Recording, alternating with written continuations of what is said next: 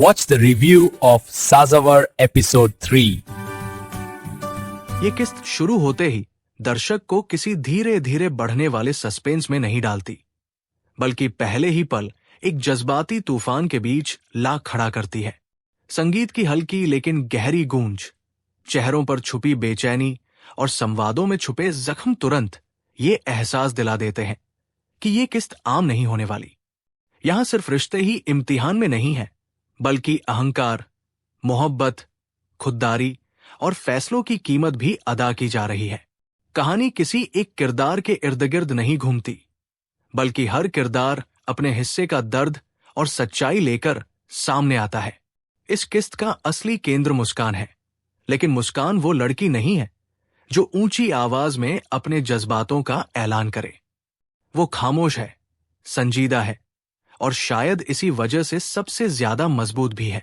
इस किस्त में मुस्कान का हर संवाद, हर खामोशी, हर नजर चुराना या नजरें जमा लेना, सब कुछ एक गहरा संदेश देता है।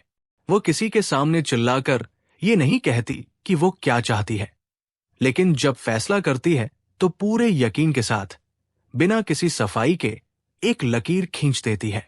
यही लकीर इस किस्त का सबसे ताकतवर लम्हा बन जाती है। रिश्ते के इनकार वाला सीन इस एपिसोड का दिल है। न कोई लंबी बहस, न कोई ड्रामाई रोना, न कोई सफाई। मुस्कान बस इतना कहती है कि वो इनकार कर रही है।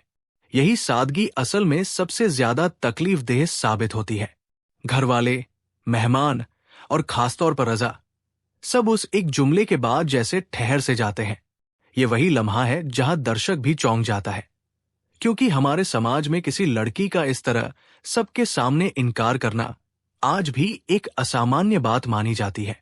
रजा का किरदार इस किस्त में खास तवज्जो मांगता है। वो न तो कोई रिवायती विलेन है और न ही पूरी तरह हीरो।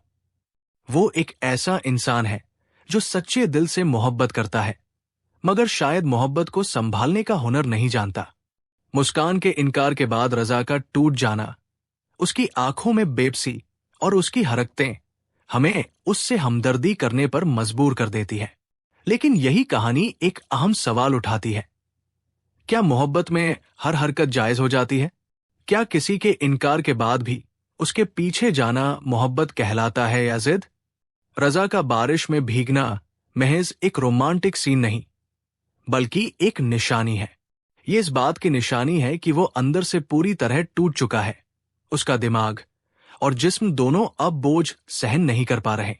उसका बीमार पड़ना, अस्पताल पहुंचना और आधी बेहोशी में मुस्कान का नाम लेना दर्शक के दिल को छू जाता है, लेकिन साथ ही एक बेचैनी भी पैदा करता है कि ये मोहब्बत अब खुद को नुकसान पहुंचाने की हद तक पहुंच चुकी है।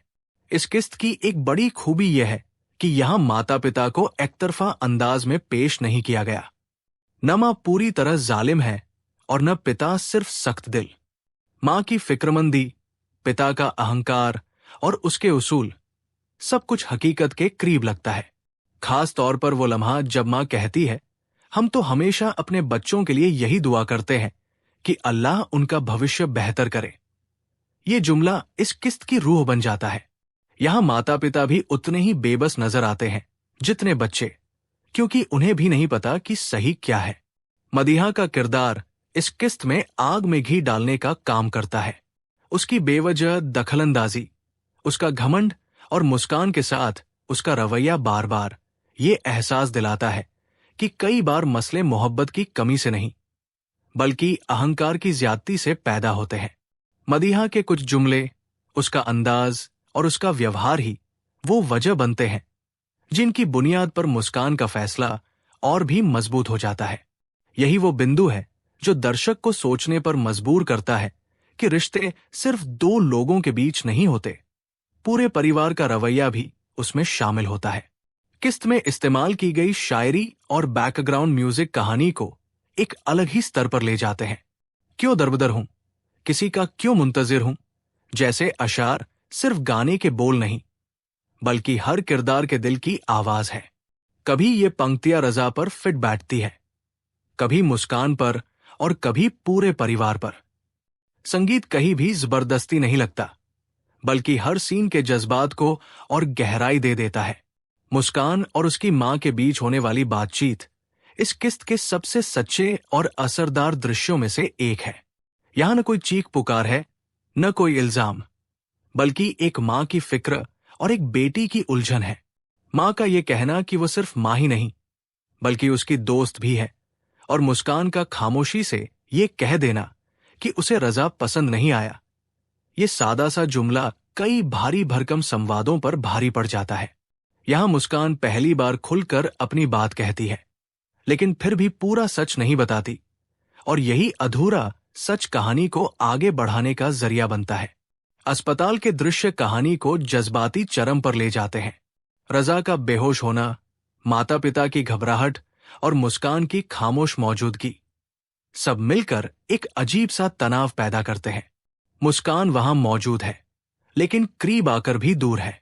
उसकी आंखों में आंसू है, मगर वो उन्हें बहने नहीं देती।